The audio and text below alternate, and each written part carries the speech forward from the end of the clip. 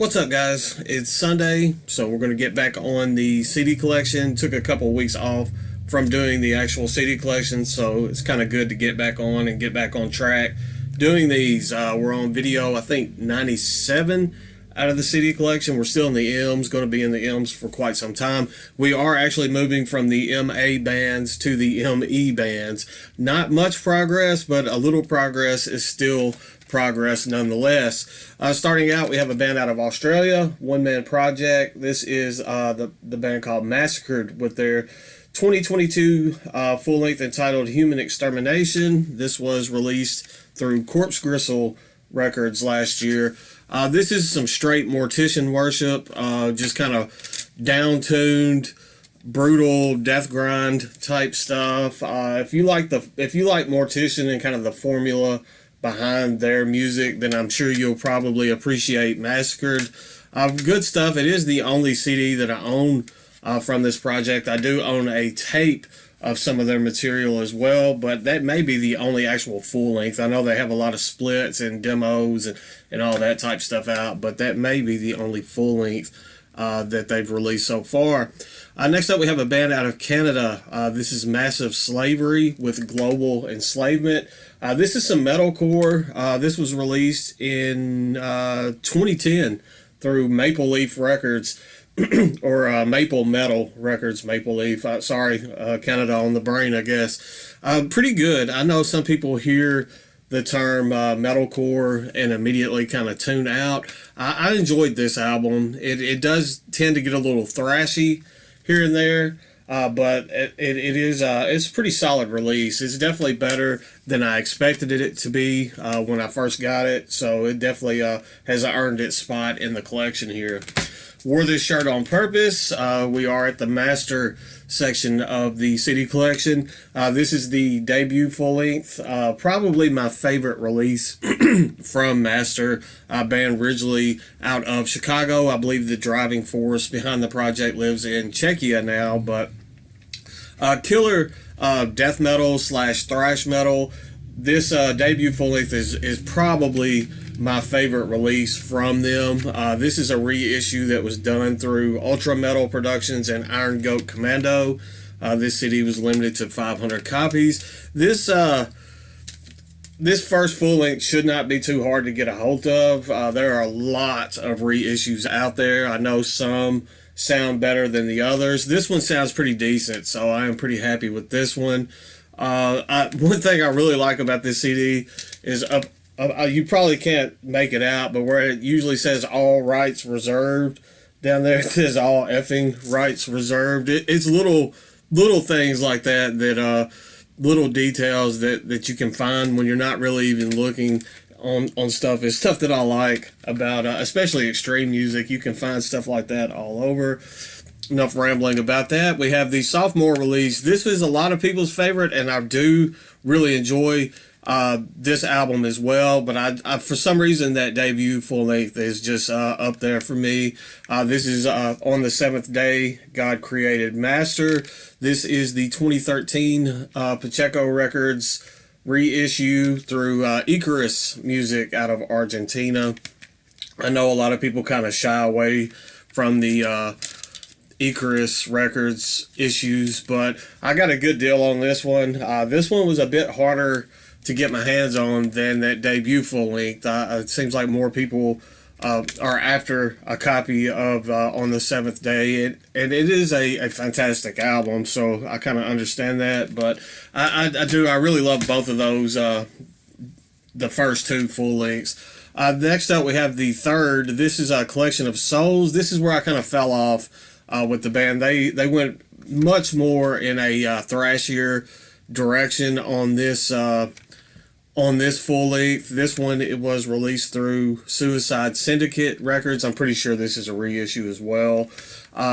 They kind of abandoned a lot of the death metal elements. They're still kind of scattered here and there on this full length, but the thrash just took over, and it just kind of, I don't know, this is where I just kind of fell out of love with the band, which is unfortunate because I love those first two full lengths. I've heard some of their latter stuff, and I kind of want to get back into checking them out. I feel like I've kind of missed out on some stuff, but this one is in the collection, and maybe we'll pick up some of those later full lengths at some time in the future. Also have this Metalhead Box exclusive demo material from Master. This is the 1985 demo and the Seventh Day demo from 1990. One thing about this, like these Metalhead Box exclusives, some of these I've really liked. Some of them I've enjoyed, all of them, but I have rehomed a few. There are some that I will definitely just hang on to because it's bands that I really like or the material that I absolutely love. This one sounds phenomenal. I was blown away at the production value of those demos and how they transferred over to this disc. I mean, it sounded so good that this is one I'm definitely going to keep my hands on. I do love that early Master stuff anyway, so definitely stoked to have this and glad that that one is in the collection. Next up, we have some power metal. This is Master Sword with their Epic demo EP type stuff. This is some Legend of Zelda themed power metal. It's okay. I know a lot of people really love this band. I'm kind of so-so on it. I do have this available on my Discogs if people are looking for it. The little cardboard slipcase got bent up a little bit. It wasn't packaged very well when it was shipped to me, unfortunately, but I mean, it's not bad. It's just not something that I find myself returning to, and I'm sure someone else would probably enjoy that more than I do. Next up, we have some sludgy goodness. This is Mastodon with their sophomore full-length entitled Leviathan. Pretty good. I was kind of late. Just like early Mastodon just did not click with me at the time. I was very slow kind of getting on board with this band. I still have not picked up a copy of their debut full-length, Remission, I think is the name of it. Some point I'll probably get my hands on that. I was very, very late getting into this band, and their latter stuff is some of the stuff that I enjoy the most still to this day. Then I have their third full-length. This one is entitled Blood Mountain. I got a lot of these at Hastings when the Hastings stores were closing down, and I got some good deals on some Mastodon material. This is the 2-disc version. It has the DVD there. I don't think I've ever even watched that DVD. It might have like a making. I don't know what's on that DVD, to be completely honest with you, and I'm not going to sit here and read and try to figure it out. But I have the CD DVD version of Blood Mountain. Next up, we have Crack the Sky. I did enjoy this one. Out of the ones that I've shown so far, this one is probably my favorite. This is the one where I started kind of getting into the band, and out of the ones that I picked up from that little bundle there at Hastings, that this was definitely my favorite of those three that I've shown. I'm probably in the minority of that, and it's weird because I love the sludgy stuff so much, and I've really started getting into their material where they kind of left some of that behind and were more of kind of the stonery type of doom and progressiveness going on. It's really just backwards to my normal progression towards things, but that's just how it kind of played out. Then we have The Hunter. I spent quite a bit of time with this when it came out, but I just haven't found myself returning back to this one as much as I thought I would. When it came out, I was all about this album, and I did spend quite a bit of time. I remember everybody was trying to get those masks. They had those Hunter masks that came out around the time. I guess it came out with this album, and I remember seeing those masks everywhere. And then I'm probably in a huge minority with this. This is my favorite Mastodon release. This is Once More Around the Sun. It is definitely my most listened to Mastodon album. And like the song High Road, it's so accessible, so catchy. And I should not love that song as much as I do, but I find myself returning back to that song, to that particular track over and over and over. So there we go. For someone that remains completely sober, you wouldn't think that I enjoy Mastodon as much as I do. And then I have Emperor of Sand. And I was really late picking this one up. I'm just kind of a moody person, and it took me a while to get back into that kind of mood to listen to something like Mastodon, but once I finally pulled the trigger and I picked this full length up, I did enjoy it quite a bit. And that's it for my Mastodon portion of the CD collection. Next up, we have a band. I was speaking about Czechia earlier. We have a black metal project out of Czechia as well. Gonna butcher this. This is Mater Monstefera with Vizini Benz. Bahu. Yeah, it's got the artwork's cool. I believe this came out around 2017-ish, if memory serves me correct. Pretty solid black metal release. My favorite track on this album is an instrumental track. Let me see if I can remember which one it was. I know it was towards the back end of the album. I think it's the 7th track, La Carla Occulta. I really love that little instrumental piece on that one. This was released through Parrot magazine, but a pretty solid slab of black metal there. Next up, we have some progressive, I guess, black metal is the best way to put it. This was in that big box of stuff that Marty over at Beinrun sent to me in a VCLT.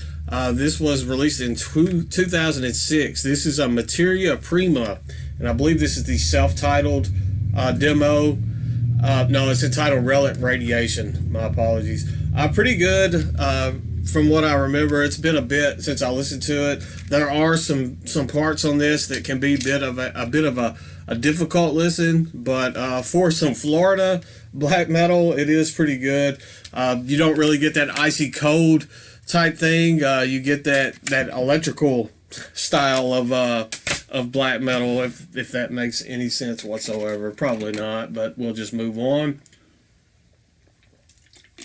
Next up, we have another band I was late getting into, and I'm still kicking myself for it because they are some killer old school death metal. This is Fargo, North Dakota's Maul with their debut full length entitled Seraphic Punishment. Absolutely phenomenal release. Absolutely love this. This came out last year through Redefining Darkness Records.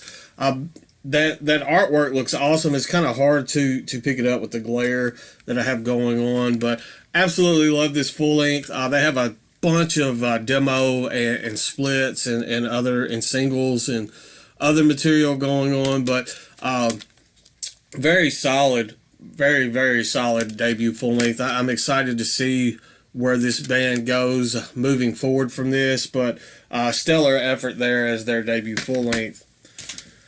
Next up, this is one that I pulled off the shelf recently and kind of revisited it, and I really did like this. I think I enjoyed it much more now than I initially did when I got it. Maybe I just didn't appreciate it enough when I did first listen to it, but this is a band called Maveth, and this is their Coils of the Black Earth full length. I think it's the only full length that they put out. They are now split up as far as a band goes. This came out maybe 2012, somewhere around in there, 2012, 2014. It's been out for about a decade now or so. This is the band Maveth out of, I believe this one is out of Finland. There's another black and death metal band with the same name that's out of Germany. But this is the one that I have in my collection, and it's pretty solid. Very dark themed, occult themed, black and death metal, but I enjoyed this much more than I remembered enjoying it when I first picked it up. So it's always good when you have a giant collection and you kind of revisit things here and there.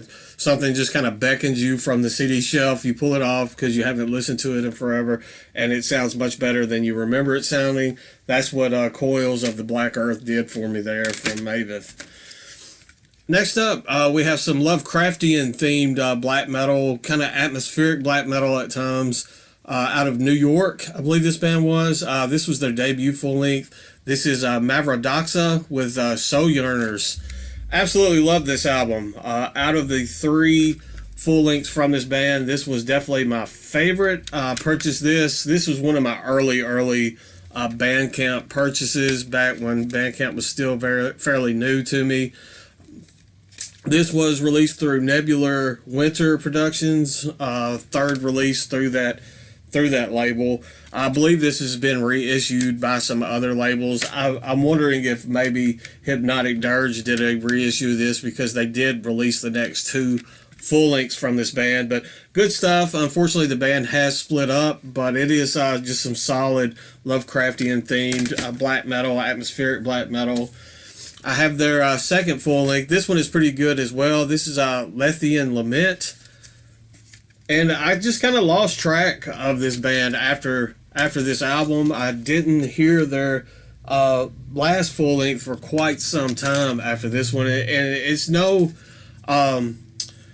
reflection on how good or bad this album is, because I really did enjoy Lethean Lament, but I just, for some reason or another, I got caught up in other things, and they just kind of slid under my radar. I did not even know that this album had been released until I got it years later in a Metalhead box. And this is Mavrodoxa with Night Marrow, and this one is solid. I really like this one, and I was excited when I got it and found out that the band had a new album out, and I kind of started looking to make sure I hadn't missed anything else, and that's when I realized that the band was no longer. So it was kind of a good roller coaster ride there. Like, I was excited, and then I was sad because I wouldn't hear anything else from that project. Next up, we have a band that blends quite a few different styles together. This is Maximilian with their self-titled full length. I think this is the only full length that this band ever put out. Came out in 2002. I believe they're out of the UK. This is a blend of like sludge metal, doom, thrash. They have some blackened elements going on. There's a lot going on in this particular release, fighting the glare once again, but it's pretty solid, and you can probably find this album for next to nothing. There is quite a bit going on. They are able to kind of morph those different styles of music together pretty seamlessly, but I mean, is it the best album in my collection? No, but it is worthy of holding the spot here. Next up, we have a kind of a embarrassing spot for me, just for the fact that I don't own more from this band than I do. I sold off all of their material that I owned at one point, and I had a friend send me a package, a VCLT package, and it had their I think this is their latest full length, and I really like this. I may start picking up some of their earlier stuff again. A lot of people feel like their earlier stuff is essential, and I get it. I'll quit rambling. This is Mayhem, or Norwegian black metal. This is I'm pretty sure this is their last full length. This one is entitled Daemon. I really like this one. I enjoyed this much more than I thought I was going to, and I'm glad that he sent me this and let me kind of revisit the material from this. I did sell off, as I said, the other parts of my Mayhem collection, just because I had some family health things going on at the time, and someone made me a good offer on the stuff. At some point, I'll probably start bringing those back into the collection, but that's the only one that I own now. Next up, we have a soundtrack. This is the Mayhem official soundtrack released through Relapse Records. It is still in the plastic. That last Relapse Records CD grab bag that I did was pretty atrocious. There was a lot of hipster, ambient stuff like this, atmospheric stuff, and I heard enough. I didn't want to hear anymore at the time, and I just put this on the shelf, and I've kind of forgot about it. At some point, I've heard that this is actually a pretty decent soundtrack, but I just haven't had it in me to pull it off and give it a spin yet. At some point, I will. But that day will not be today. Next up, a band that I saw many years ago. This is Maylene and the Sons of Disaster. Don't remember a ton about them. I did see them live. They put on a good show. So I had a friend that was with me at that show, and they were looking for this debut full length. And apparently, me trying to find this, at one point this was hard to come by. I don't think so much so now, because CDs have kind of fallen out of favor with people, and some stuff is easier to get a hold of now. But I ended up getting like 3 copies of this because they were looking for one, and they just kept coming in. I was like, I thought I already bought this and rehomed it already, so now I have a copy as well. I haven't listened to that. I don't think since it came in. Next up, we have some tech death out of Italy. This is Maze of Sothoth. Probably butchered that as well, with Soul Demise. This was released through Everlasting Spew Records. Everlasting Spew has a ton of killer technical death metal on their label. This is no different. It fits right in with some of the other materials that they release. This one has been out for a little bit, probably about 6 years or so now, but still pretty solid. I still find myself wanting to pull this one off the shelf and still give it a spin after all those years. Next up, we have some Swedish death metal. This is a Maze of Torment, named after, obviously, the Morbid Angel track. This is their full length entitled Death Strikes. This came out around 2000-ish, I'm wanting to say. 2000 from Necropolis Records. I knew it had been out for quite a bit of time. It definitely has that 90s, late 90s Swedish death metal feel going on, a bit of melodicism going on. That late 90s, early 2000s Swedish death metal sound is very prevalent on this particular release. It kind of got met with some mixed reviews, but I liked it. I still like it. I still pull this off, and somebody with a very loud vehicle just went by, but I still pull this one off the shelf to this day and still spin it. I would like to pick up some of their other material at some point, so I'll probably be on Discogs looking at some other Maze of Torment stuff today. That's one thing.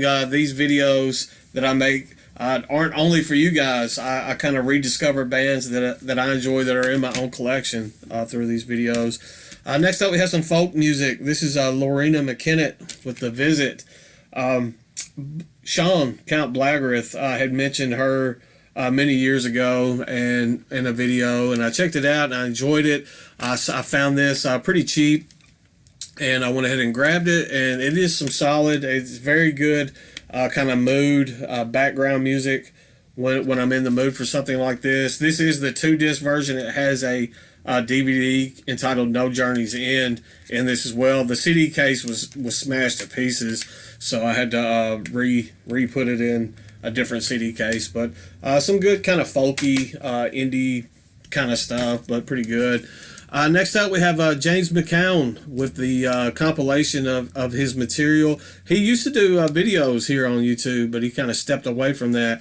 This is his like black and death metal experimental type project. This is about an hour long slab of his materials. Very occult stuff going on this, as you can see from the back. But he's a talented guy. I don't know if he's still doing this type of stuff, but he definitely has some talent, so he should keep it up if he's not. You see, I got a few more, and then we'll wrap up this video. I'll put that back in the sleeve after I get done recording. Next up, this is one that some people might find funny. We have Sarah McLachlan with her album entitled Surfacing. This kind of falls for me in that category with that Lorena McKennett. Just some background mood music when I'm in the mood for something like this. You can't just have super heavy stuff all the time. I used to love this album. I'm not even going to lie. I got this at a antique mall for 98 cents. So, I mean, it's not like I paid a fortune for this, but I still love this this album. It still has this old America Online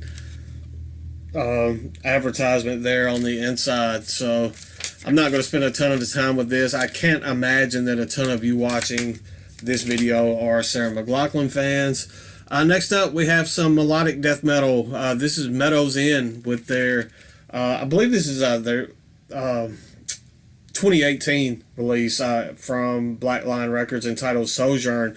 Pretty solid stuff here. I really like this one. I was drawn in by that cover art to this, and it was much better than even I anticipated when I first listened to it. Killer stuff there. I even picked up the next full length that they put out entitled The Grand Antiquation, and I think I like this one better than I like Sojourn. So good stuff there from Meadows End. I know that they got a lot of notoriety from those two particular releases. I remember seeing like A&P Reacts highlighting them pretty much. Infidel, Amsterdam, and they got a lot of notoriety from those two releases. Next up, we have some metalcore, Texas metalcore. They do get a little grindy in their material as well. This is Meat Fist with their Face Melter full length, released in 2016. I say full length. It may be an EP. I can't remember. Just in this little sleeve. There we go. And they actually threw in a little CDR. It's called Top Secret Meat Fist Shenanigans. Spooky Top Secret Meat Fist. And it's like some rehearsal stuff going on. Just some funny and fun stuff, as well as some music on that little demo thing that they sent to me. And then we have the latest, I think this is the latest like physical release that they've done. This one is the full length. Ian is a top-notch guy from Meat Fist. And I believe this one is just self-titled.